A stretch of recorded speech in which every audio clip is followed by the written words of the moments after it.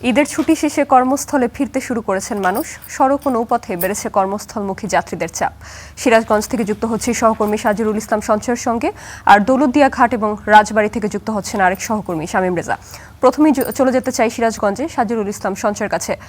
সঞ্চয়, সড়ক এবং নৌপথে কর্মস্থলমুখী যাত্রীদের চাপ কেমন দেখছেন জানাবেন আমাদের। নুসরাত, আজকে কিন্তু পবিত্র ঈদ উল আজহার যে সরকারি ছুটি সেটি কিন্তু আজকে শেষ দিন। যদিও শেষ দিন, তারপরও কিন্তু আসলে উত্তর এবং দক্ষিণাঞ্চলের যে রাজধানীমুখী মানুষ, যারা মূলত পবিত্র ঈদ উল আজহা উদযাপনের জন্য, পরিবারের সাথে উদযাপনের জন্য এই অঞ্চলে এসেছে, তারা কিন্তু সবাই ফিরতে শুরু করেছে। আমি যদি দেখাই, আমার ঠিক পিছনে আপনি দেখতে পাবেন আমি এই মুহূর্তে যে স্থানটিতে রয়েছি উত্তরাঞ্চলের প্রবেশদ্বার হিসেবে পরিচিত, অর্থাৎ যমুনা সেতু পশ্চিম সংযোগ মহাসড়কের শেষ প্রান্তে যে হাটিকুমরুল ইন্টারচেঞ্জ রয়েছে, সেই ইন্টারচেঞ্জ এলাকায় আমি আজকে ভোর থেকেই রয়েছে। এখানে যেমনটি দেখছি, আসলে ভোর থেকে কিন্তু যানবাহনের যে চাপ, অর্থাৎ রাজধানীমুখী যানবাহনের যে চাপ, সেটি কিন্তু আসলে ক্রমান্বয়ে বৃদ্ধি পাচ্ছে। এটি কিন্তু বেলা গড়ার সাথে সাথে আসলে এই চাপ আরো বৃদ্ধি পাবে। আরেকটি বিষয়, যে মহাসড়ক সংলগ্ন যে বাস স্ট্যান্ডগুলো রয়েছে, সেই বাস স্ট্যান্ডগুলোতে কিন্তু রাজধানীমুখী যে যাত্রীরা রয়েছেন, তারা কিন্তু ভিড় করছেন। তাদের যে কাঙ্ক্ষিত যানবাহন, সেই যানবাহনে ওঠার জন্য প্রত্যেকেই কিন্তু অপেক্ষা করছেন। এছাড়া সিরাজগঞ্জ শহরের যে বাস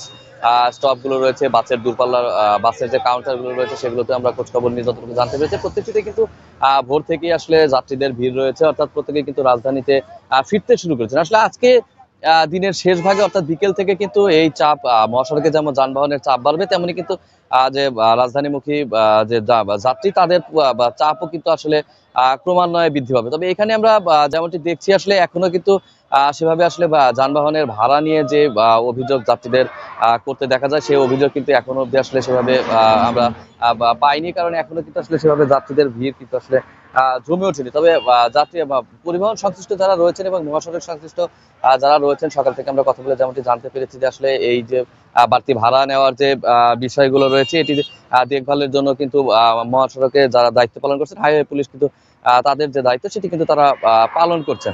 তো এই ছিল আমার কাছে সিরাজগঞ্জের হাটিকুমরুল থেকে ঈদ রাজধানীমুখী যে যাত্রীদের ঢল, তার সর্বশেষ খবর। নুসরাত, ধন্যবাদ সঞ্চয় আপনাকে। এবার চলে যেতে চাই দৌলতদিয়া ঘাট রাজবাড়ীতে। সেখানে সহকর্মী শামীম রেজা আমাদের জন্য অপেক্ষা করছেন। শামীম, কেমন দেখছেন ভিড়? রাজধানীমুখী মানুষের চাপ কেমন দেখছেন জানাবেন আমাদের। সকাল থেকেই আমরা দৌলতদিয়া ফেরিঘাট এলাকাতে রয়েছি। এসে যেটা দেখেছি যে ঈদ শেষে কর্মস্থলে ফেরা মানুষের কিন্তু চাপ বেড়েছে দৌলতদিয়া ঘাট এলাকাতে। আমরা সকাল থেকেই দেখতে পেয়েছি যে দৌলতদিয়ার যে ঘাটগুলো রয়েছে, সেই ঘাটগুলো থেকে যতগুলো ফেরি মানিকগঞ্জের পাটুরিয়া ঘাটের উদ্দেশ্যে ছেড়ে গিয়েছে, প্রত্যেকটা ফেরিতেই কিন্তু যাত্রী এবং যানবাহন ছিল চোখে পড়ার মতো। আমরা এই মুহূর্তে রয়েছি দৌলতদিয়ার 7 নম্বর ফেরিঘাট এলাকাতে। এই মুহূর্তে কিন্তু হাসপাহেনা নামে একটা ফেরি দাঁড়িয়ে রয়েছে। এই ফেরিটা কিন্তু কিছুক্ষণের মধ্যেই মানিকগঞ্জের পাটুরিয়া ঘাটের উদ্দেশ্যে ছেড়ে যাবে, এবং এই ফেরিতে আমরা দেখতে পেয়েছি যে যাত্রী এবং যানবাহন কিন্তু রয়েছে। শুধু এটিই না, প্রত্যেকটা ফেরিতেই কিন্তু একই অবস্থা। বেলা যত বাড়ছে, যাত্রী এবং যানবাহনের চাপটা কিন্তু দৌলতদিয়া ঘাট এলাকাতে বাড়ছে। তবে স্বস্তির কথা হচ্ছে, দৌলতদিয়া ঘাট এলাকায় নেই যানজট, নেই কোনো ভোগান্তি। অর্থাৎ দেশের দক্ষিণ পশ্চিমাঞ্চল থেকে যেসব যাত্রী এবং যানবাহন রাজধানী ঢাকায় প্রবেশ করছে, তারা কিন্তু কোনো প্রকার ভোগান্তি ছাড়াই সরাসরি ফেরিতে উঠে তারা তাদের গন্তব্যে ফিরে যাচ্ছে। আমরা বিআইডব্লিউটিসির সঙ্গে কথা বলেছি, তারা আমাদেরকে জানিয়েছে দৌলতদিয়ায় মোট 17টি ফেরি রয়েছে। 17টি ফেরির মধ্যে বর্তমানে 15টি ফেরি দিয়ে যাত্রী এবং যানবাহন পারাপার করা হচ্ছে। তারা ধারণা করছে যে বেলা বাড়ার সাথে সাথে যাত্রী এবং যানবাহনের চাপটা বাড়বে। সেই সময়ে যাত্রী এবং যানবাহনের চাপটা বাড়লে তারা বাকি যে ফেরিগুলো রয়েছে, সেই ফেরিগুলো চালাবে। এর পাশাপাশি যদি বলি, আমরা ঘাট এলাকাতে দেখেছি যে আইন শৃঙ্খলা রক্ষাকারী বাহিনীর সদস্যরা মোতায়েন রয়েছে।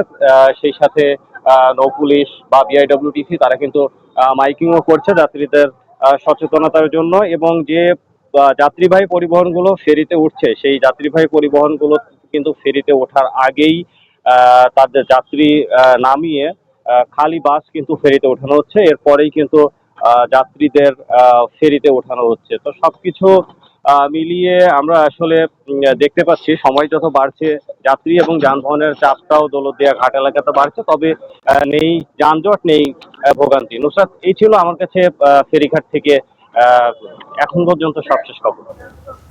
ধন্যবাদ শামীম আপনাকে। দর্শক, ঈদের ছুটি শেষে কর্মস্থলে ফিরতি মানুষের খবরাখবর জানাচ্ছিলেন আমাদের সহকর্মীরা।